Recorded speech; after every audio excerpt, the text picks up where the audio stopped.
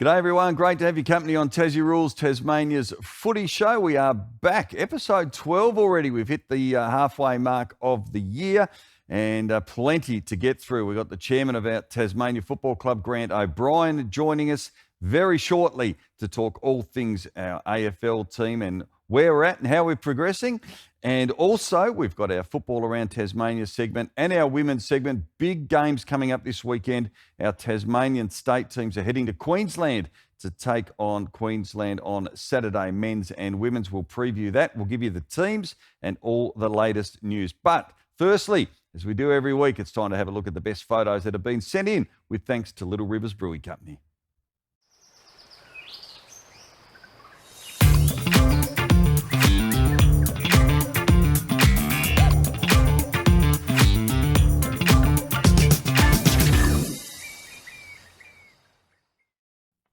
So our winning photo will take home a gift pack with thanks to the Crafty Cuts range up at Little Rivers in Scottsdale. A few photos to show you firstly before we announce our winner, and this one was sent in, Peter Haley sent this one in. This was taken at the game between Lilydale and Perth in the NTFA Division 2 clash last Saturday, and that was a great pick there from that ruck contest. And a good game too, top of the table at the moment. Well, undefeated, the only undefeated side of the competition, Lilydale taking on third placed Perth. Our next pick, this is from Dave Harding, this is a beautiful view from the Valley of Love. That's it. It is the township of New Norfolk, and this was taken during the New Norfolk Signet game from the back of the grandstand at Boyer Oval, and a beautiful view there of the lovely township just out of Hobart there in New Norfolk. And David Clark, he sent us in this one here, a goal about to be kicked off the ground, a lovely soccer goal there from Amy Shark of Signet.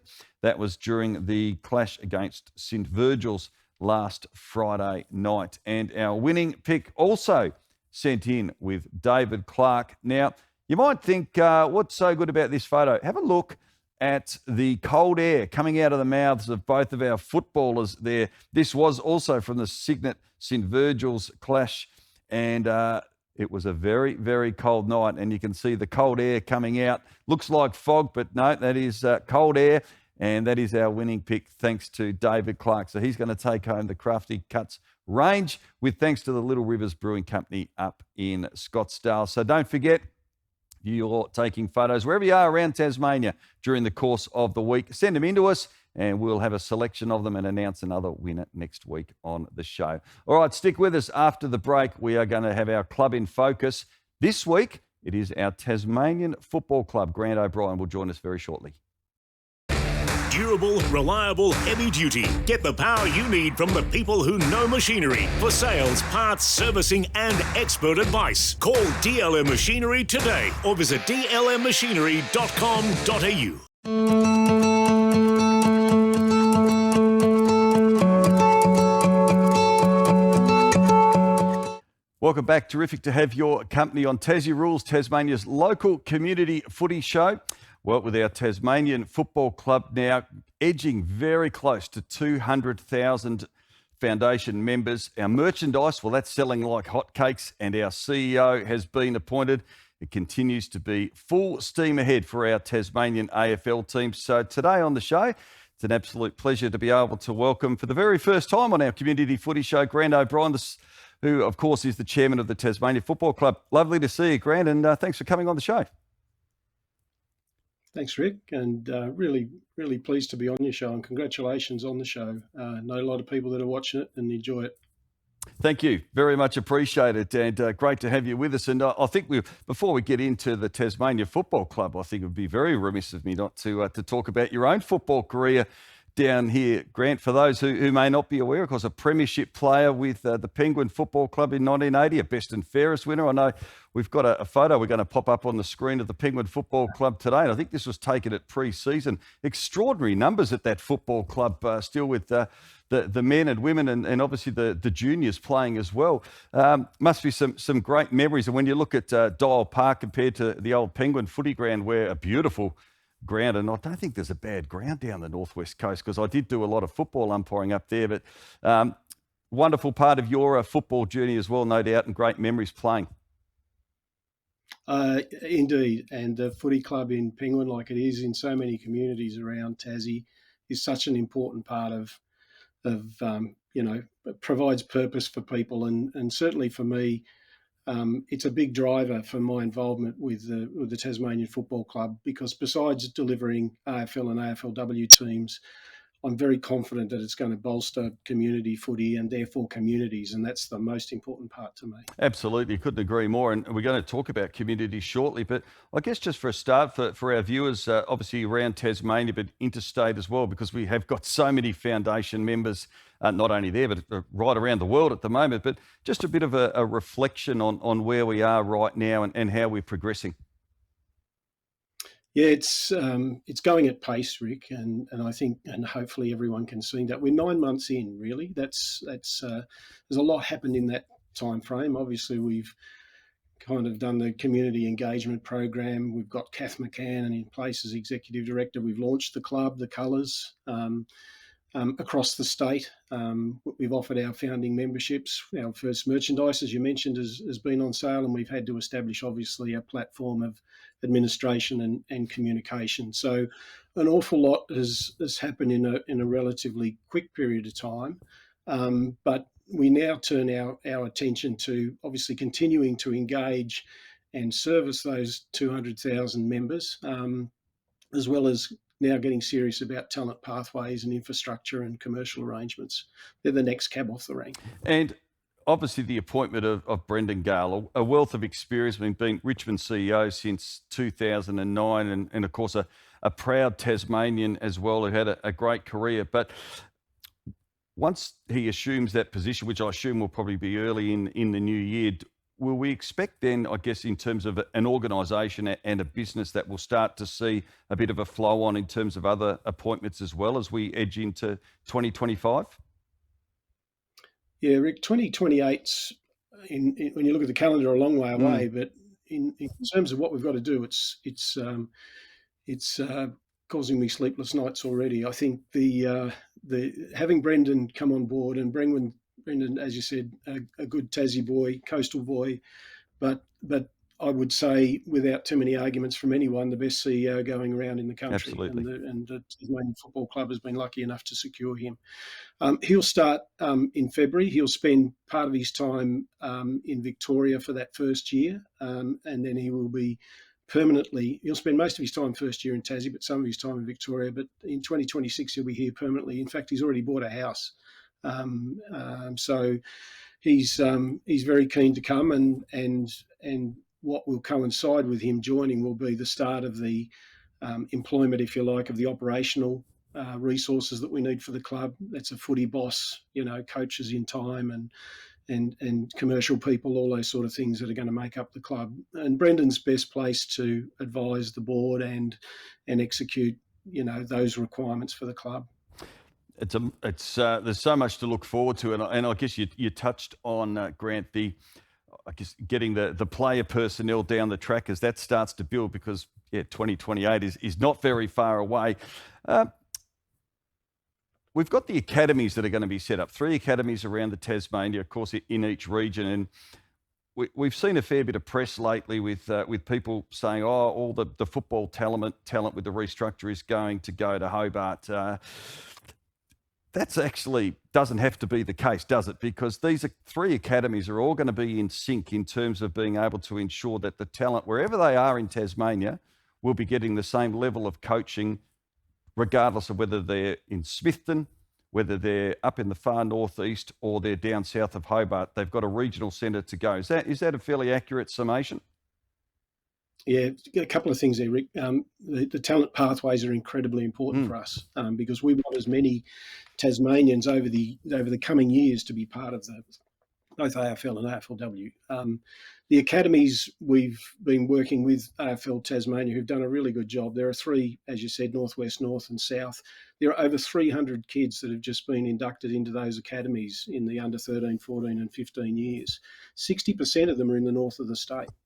So, that's an important part of talent. And And I had some data sent to me some months ago now from someone who'd done a study on the draft picks out of Tassie between the years 2011 and 2021.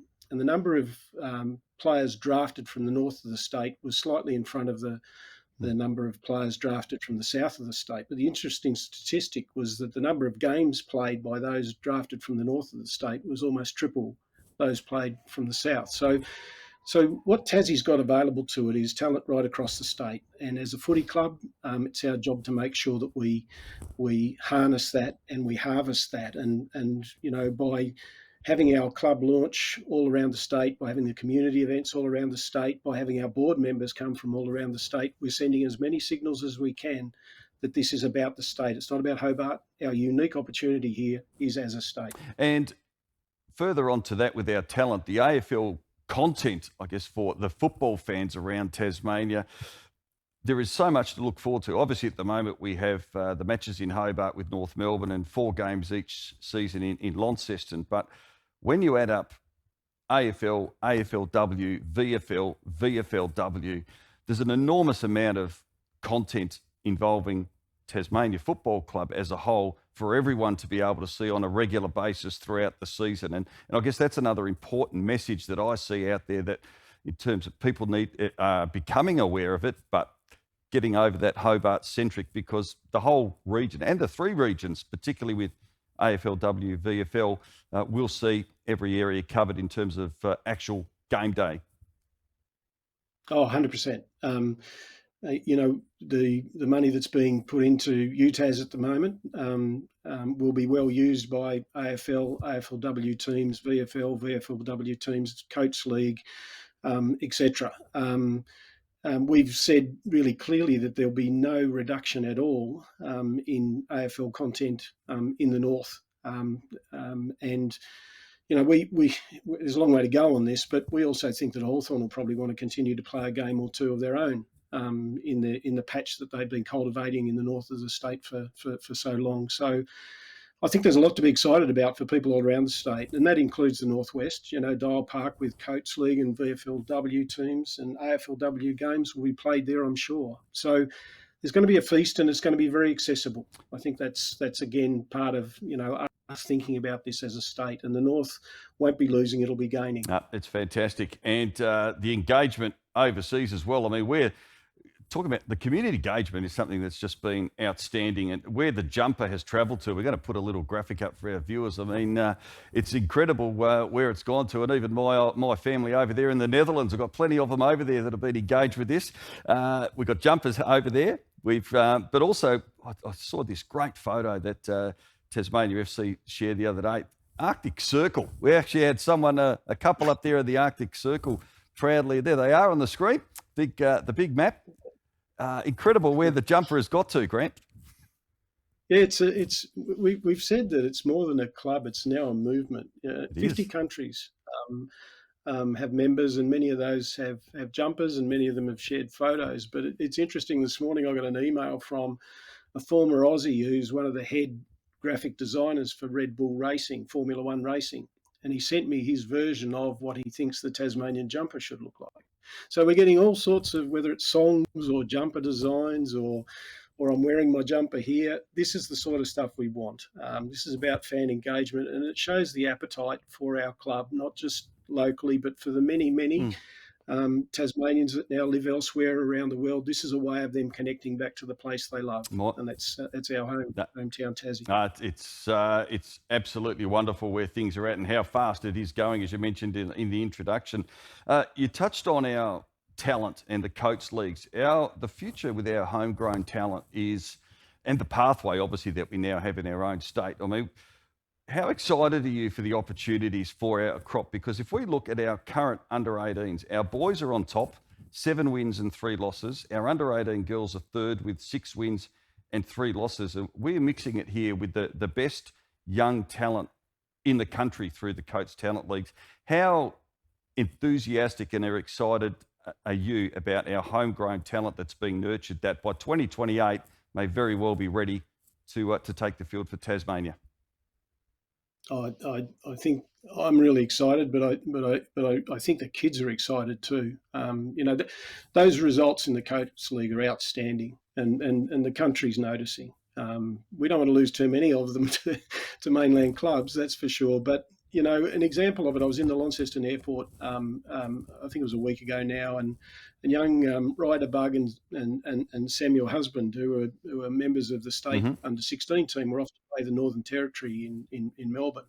And they came up. Alistair Lynch was there as well, and really great young people. So excited about the Tassie Devils coming, and so excited about their ability to play in a state team. We followed them the next day. Ryder kicked 2 goals and was best on ground, and Samuel wasn't far behind him. And for us that are involved in this club, there's no better evidence of that for the work we're trying to put into this than the encouragement provided by those 2 kids coming up and having a chat.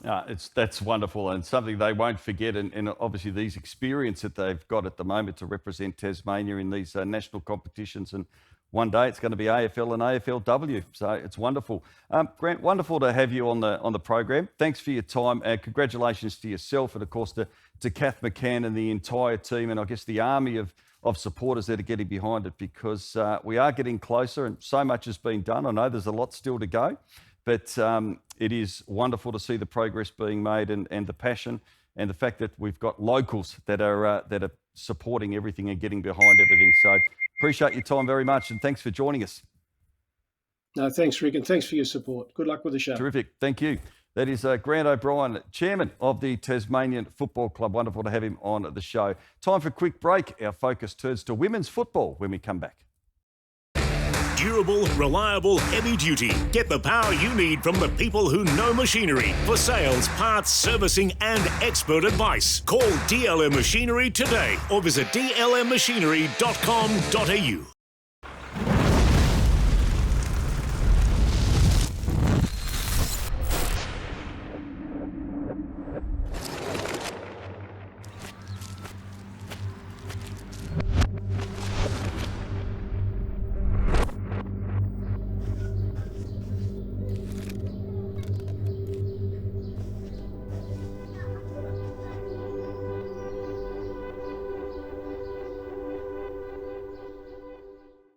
Welcome back with Thanks to Cleanaway. Time now to take a look at women's football, and there is plenty coming up this weekend. It's been a big couple of weeks, of course, for rep football as well. But let's have a look firstly locally in the NTFAW Premier Division.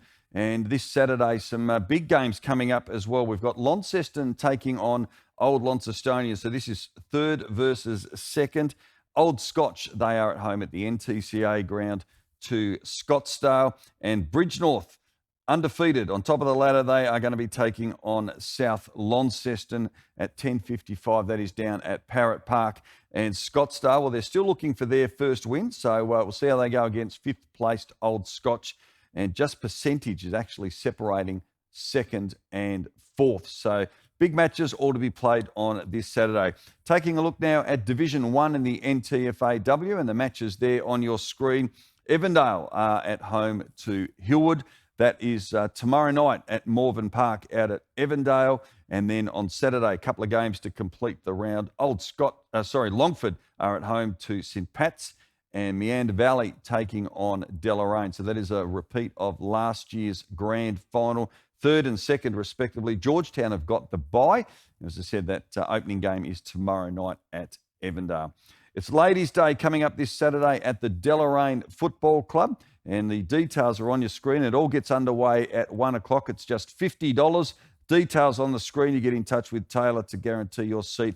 Always a fantastic day out there at Kangaroo Land, the beautiful township, and a great football club. And they will have a big turnout, so make sure you get in early for that one.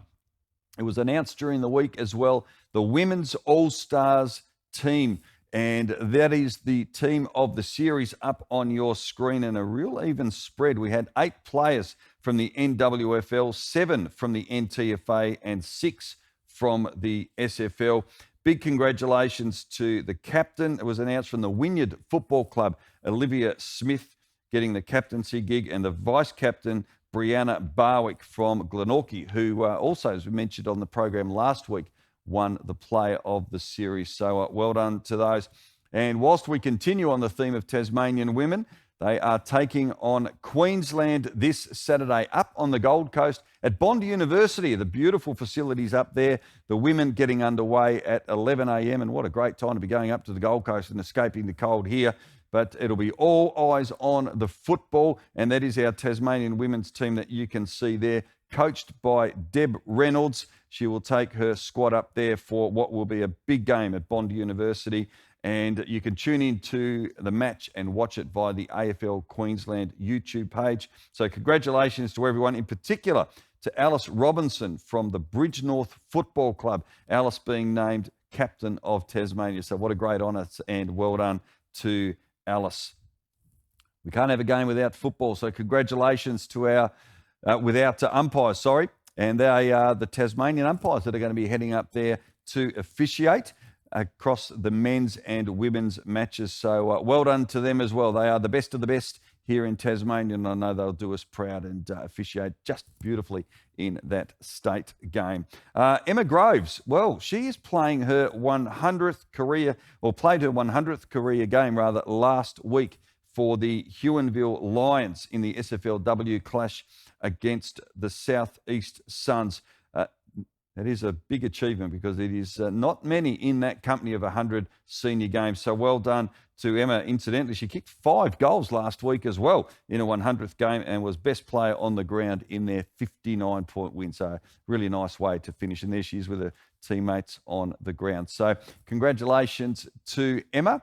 And that is it for our women's segment for this week. So make sure you tune in to the big game coming up, and good luck to our Tasmanian women. All right, we're time to finish the show after the break as we catch up with Peter Gutwin and talk all things football around Tasmania.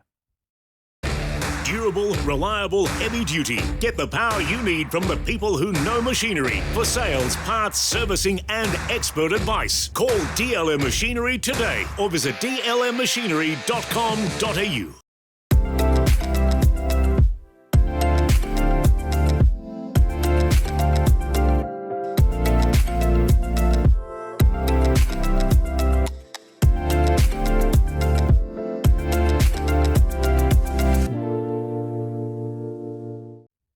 Welcome back to Tassie Rules, Tasmania's footy show, and it's time now for our Football Around Tasmania segment.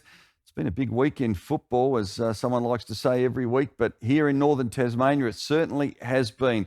The Scottsdale Football Club was the scene of a lot of media attention. They've obviously copped a fair bit of criticism locally as well in the north of the state as we head towards the NTFA Premier League from season 2025. And they will be part of that competition.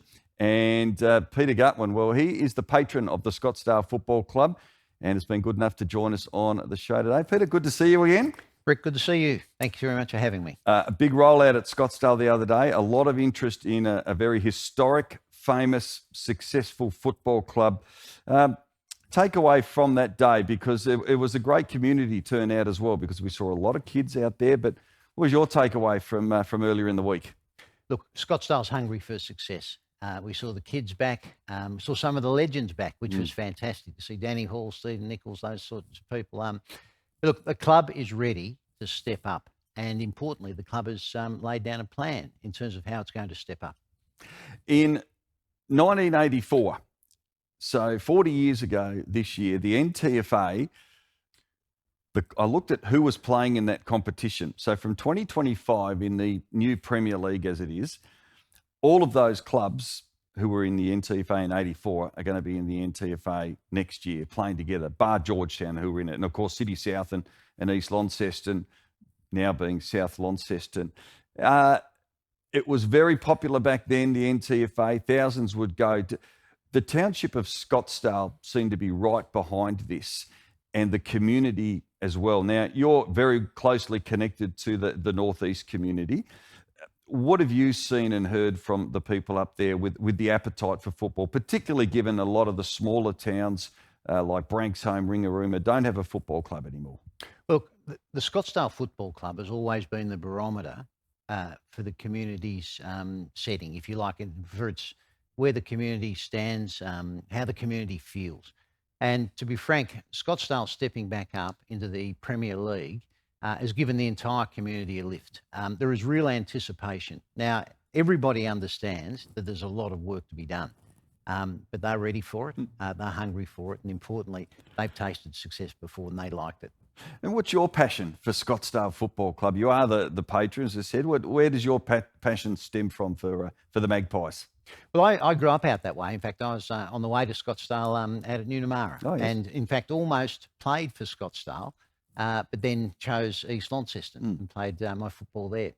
But look, Scottsdale, I played against many times through the 80s, and to see champions like Grada Lethborg, who was there the other day, Peter Rosendale, Stephen Nichols, those sorts of players that were good enough to have played VFL and didn't, through their own choice, I think, in many cases. But to have that sort of history, that sort of culture behind the club, I just think makes the club irresistible. And we see Greg Lethborg there, who we caught up with the other day. I mean, and a number of these players, I know Nichols and Rosendale were offered, and I've seen the letters they were offered to go and play VFL football, but chose to play for the Black and White up in the northeast. But how important is this club to that community? Well, as I say, this club's the community barometer. When this club does well, the district does well.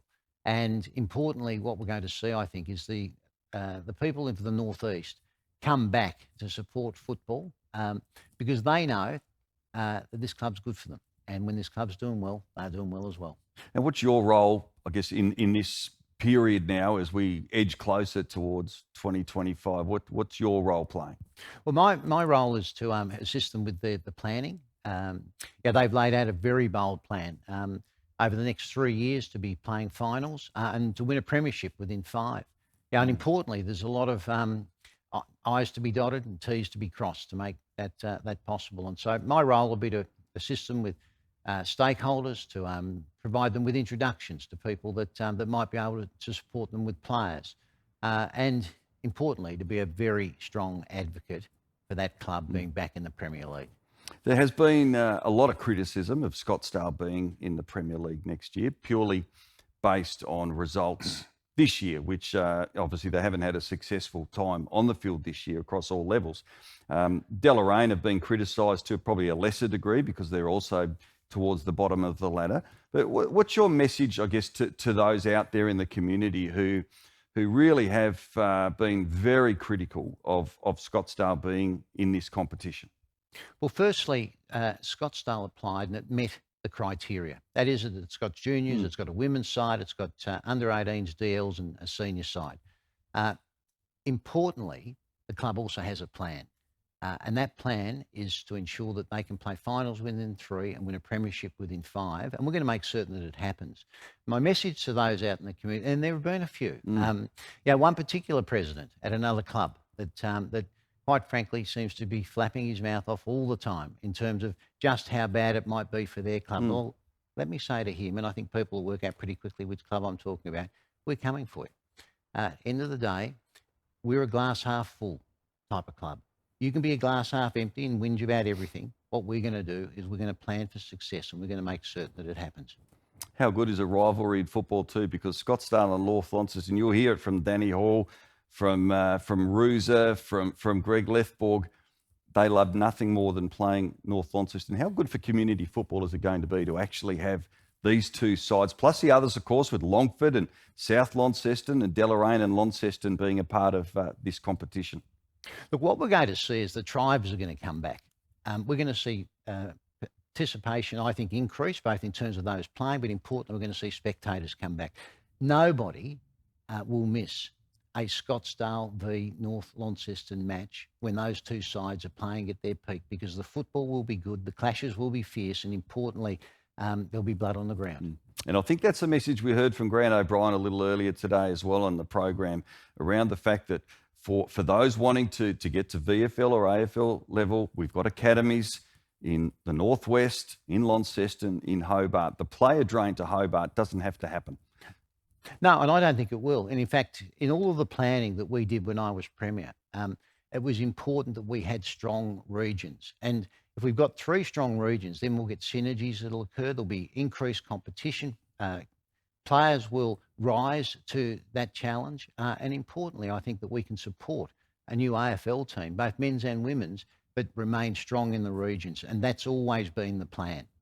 Well, it's great to have you involved with local football again and working so hard for an area of the state that's very important to you and means a lot to you. Terrific to see you, Peter. And thanks for everything you're doing for community football. And yeah, we're looking forward to the next process as we edge closer to 2025. It's exciting times. Rick, thanks very much for having me. And North Launceston, we're coming for you. There you go. Gosh, bring on 2025. Let's do it. All right, it is time to move on to what's happening with our Tasmanian team because our men's and women's teams are playing against Queensland. So let's have a look at the Tasmanian senior men's team for this Saturday afternoon. So the side to be coached by Aaron Cornelius. He is at the helm, and it is a very strong-looking Tasmanian team. Of course, they did defeat Queensland down at North Hobart Oval last year. So it's going to be an absolute beauty. We can see Brad Cox-Goodger there, of course, from North Launceston, and plenty of great talent in that side heading up to the Gold Coast. They're going to be playing at Bond University, and that is on Saturday afternoon, 1:15 p.m. And congratulations also to Brad Cox-Goodger from North Launceston, who will captain the Tasmanian team. Now, you can tune in and watch the match as well. This is going to be via the AFL Queensland YouTube channel. So tune in to that one on Saturday. If you're not heading up there to watch them play,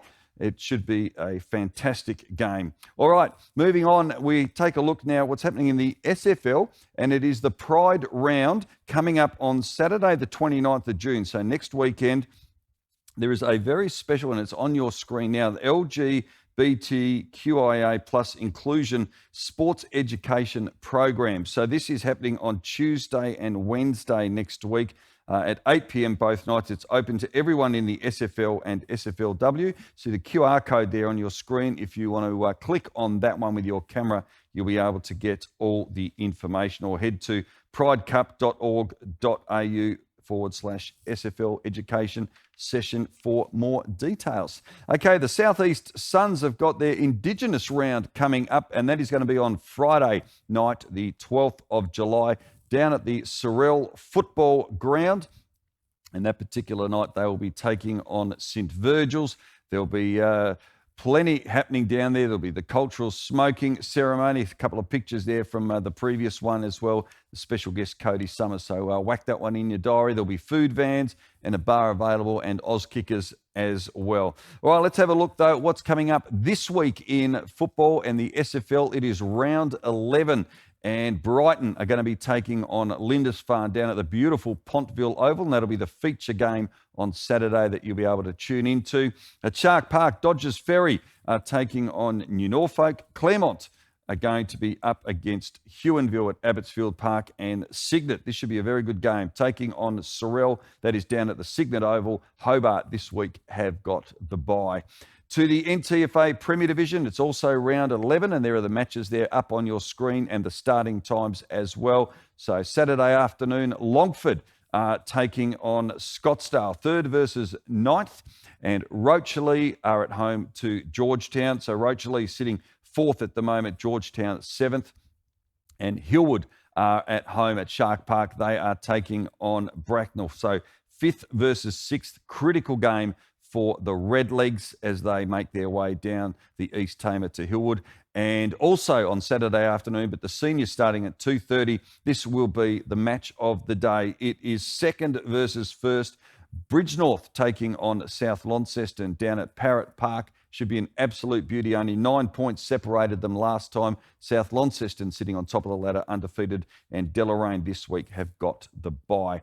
In Division 1 of the NTFA, University of Tasmania, they are taking Old Launcestonians. Big improvers, Old Launcestonians. They've moved very quietly up to 3rd place on the ladder. A big day coming up at St Pat's. They've got a big reunion there of their 54 and 84 premierships. They are at home to Lilydale, who are undefeated.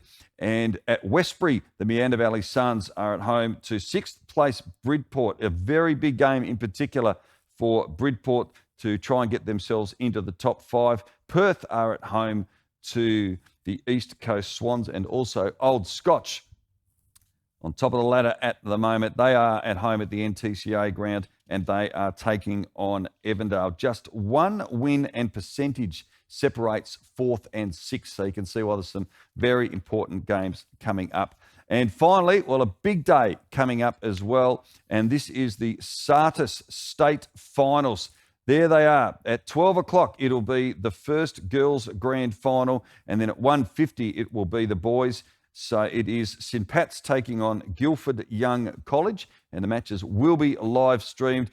David Moore and Aaron Roberts will be your commentators, with Duff TV providing a live stream of that on Saturday afternoon. A massive day that will be as well at St Patrick's College. So that's a bit of a wrap of football from around Tasmania, and that is our show. It's been a big one. We thank you for your company and we look forward to seeing you next week on the show.